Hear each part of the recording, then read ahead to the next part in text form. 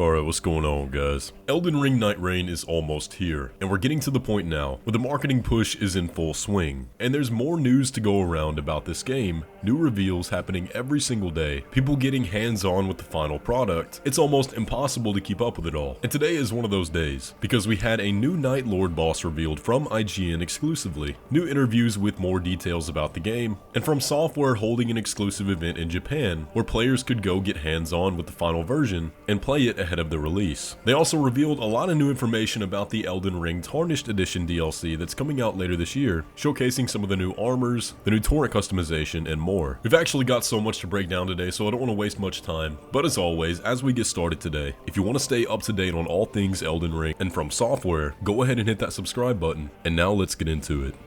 So from now over the next few weeks, leading up to the game's release, there's going to be so much Elden Ring Nightreign information that we're honestly not going to be able to keep up with all of it. But one of the main sources of news that's coming out is actually from IGN. They've just announced that they're partnering with Fromsoftware exclusively, and they're going to be drip feeding information in the coming days and weeks. And here's what they said. Elden Ring Nightreign is IGN's cover story for the month of May. We got to spend 2 days at Fromsoftware's office in Tokyo, and came back with a heaping of reveals, interviews, hands-on impressions, and more. So what exactly does that mean? Well, every few days they're going to have something new to share. Whether that's a new boss reveal like we got today that we're going to talk about here in a minute, gameplay breakdowns of the new heroes that we haven't seen yet, it looks like an exclusive interview, likely with Ishizaki, the game's director, and a lot of other stuff. And IGN has done this with many games before. The most recent that comes to mind is Monster Hunter Wilds, where they had lots of new content to show, exclusively over on their website and YouTube channels. And I know they've been doing this for a while, but they're kind of filling that gap that Game Informer has left. And Fromsoftware always used to partner with Game Informer, so it's not surprising to see that they're doing this with IGN now. But I think you get the picture. We're going to be keeping you up to date on all of that stuff that they have coming.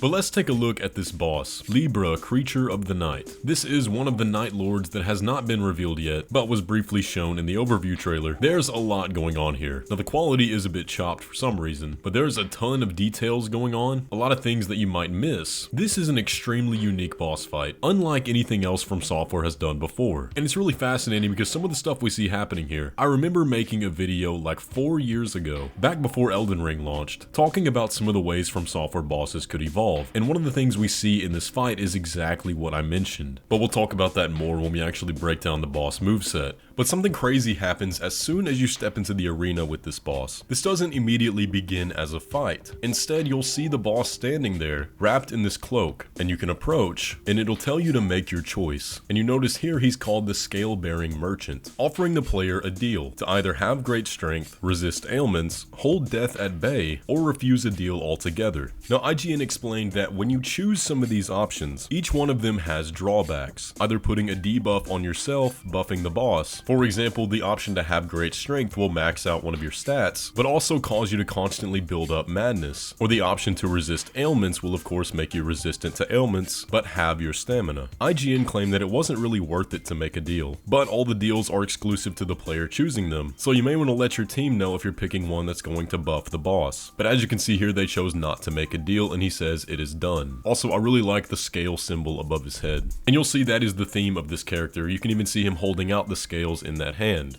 But then the cloak gets burned off by this gas and he appears, wielding a large staff with a hand on the end. He then crushes an item that creates these sigils along the ground, summoning beams of light out of them. And you can see there's a lot going on here. Now, one thing you might have noticed right there, do you see those little golden lights on the ground? The attacks from the boss are building up madness, but the player runs over that golden orb, and it cures the madness buildup. It seems like attacking the boss causes these golden orbs to fall out of him, which I think is really cool and fits with the theme of scales. For every action, there's a reaction. He is inflicting madness on the player, but if the player attacks him, they can obtain the cure. I really like that theme. Now, there's even more to this fight. Look at this segment here. It looks like after attacking the boss quite a bit, he loses his composed nature and becomes enraged, attacking much more wildly like a beast, instead of just standing there casting spells. And then we have this portion of the fight, where it seems that Libra is charging some kind of ultimate spell, but the player can run around breaking the sigils in order to prevent it. And that was actually a suggestion I came up with a long time ago. It's really cool to see that style, where there's more to the fight than just attacking and dodging the boss. This fight looks crazy though. They claim that he's super hard, and based on what we're seeing here, it definitely seems like it. This is gonna be a fun one. But y'all let me know down below what you think of Libra, Creature of the Night. Now let's talk about the absolute torrent of information that came out of this Fromsoftware event. Now like I said, Fromsoftware hosted an in-person event at their studio in Tokyo where players could come and watch a presentation and get hands-on with the final version of the game, at least close to the final version. And of course they had way too many people turn up and they had to lock the doors. Now obviously this thing was not live streamed, I don't think videoing was allowed, so we're having to work with a lot of testimonials and it's a bit of a mess to piece together everything. So a lot of this information is pretty disorganized, but here we go. First of all, one of the first things they showed off was this, an Artorias skin for Wilder. Man, that looks so cool. I already know I'm going to be rocking that. But you can also see that since this is the final version of the game, they do have Revenant listed up there, just as a side note. Another thing they showed off was the Gaping Dragon. Now this fight actually leaked a while back. If you tuned into that leak, you already saw this fight. But yes, Big Boy from Dark Souls 1 has returned. And apparently, like Centipede Demon, he's been overhauled to fit much better into Nightreign. So that looks like it's going to be a fun one. Now, when players got to actually play the game, they did say that they could not use Executor, or Executor as you guys would prefer me pronounce it, even though that's not technically a word, but they also couldn't use Revenant. But someone did claim to have gotten access to it and said this. Now take this with a grain of salt because technically they weren't supposed to be playing, so someone could be making this up, but they said, Executive's parry mechanic is part of the ultimate art and there will be a time limit in Sekiro mode. So they're claiming that popping the ultimate is what draws the blade, and you're in that mode and stance for a time limit, being able to deflect and then return fire.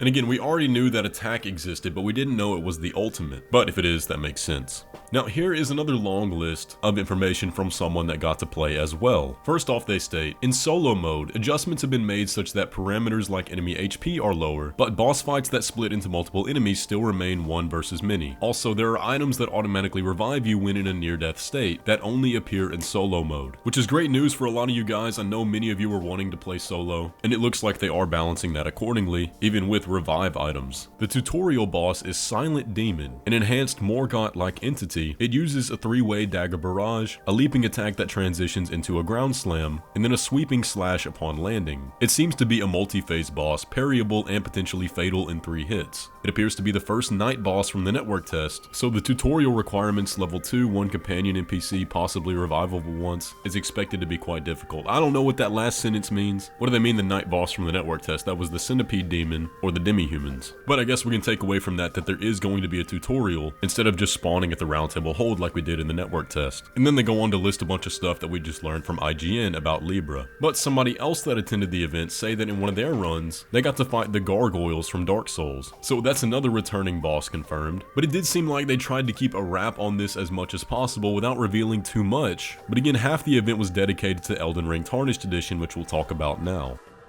So Fromsoftware is treating Elden Ring Tarnished Edition like a big new DLC release, which has a lot of people thinking that this will likely be paid content. That's not confirmed, but it does look like it. Now we know that this is going to be adding 4 new armor sets, some new weapons, and skin customization for Torrent. And we gotta look at a few of these. Now we had already seen the Carian skin customization for Torrent. It looks super cool. But here at the event they revealed another one, a skin like the horses of the Knights Cavalry. And yeah, that goes hard. Definitely gonna be running that. Now I think they mentioned that there will be 3 in total. I don't know if that includes the default skin. I hope not. But if it does, then those are your options. They also showed off the new armor sets, the 2 that we thought were references to Henri and Horus, but as it looks like these are going to be new starting classes. We can see they are not the Elite Knight set and Horus's set, but instead entirely new designs. Now one thing you'll notice as well is that the heavier knight on the right is actually wielding a new heavy curved sword, and from a testimonial of someone that got to play it, they said the weapon art is spinning slash, so I look forward to trying that out. Now the other armor set that we knew was coming out was Lucatiel's, along with her sword and whatever this new cape thing is, and players did get to play with this. Now one new thing we learned about this armor set, much to the grievance of players who did not want the Dark Souls crossover, the armor is still called Lucatiel's armor. So it looks like they're going with it, man. The lore videos are about to go crazy. I figured they would just call this something like Forgotten Heroes gloves or something like that, but no, it appears that Lucatiel is now canon in Elden Ring. Let's see how that works out. Now somebody did get to play around with the Mira Greatsword, and they did say that it feels much more similar to the Dark Souls 2 version than the Hollow Slayer in Dark Souls 3, and they stated that the Ash of War changes the moveset similar to Ansbach's Scythe. Still don't know what the cape is doing there, or if it's even a new weapon type at all, but again, And if anybody actually got to go to the event and play around with this stuff, be sure to correct me in the comments or let us know any other information that we didn't cover here on the video. And the listing for the Tarnished Edition actually stated that there were going to be 4 new armor sets, so we still have one yet to be revealed. I'm very curious to see what that's going to be. I hope it's an armor set going back to Dark Souls 1, but we'll just wait and find out.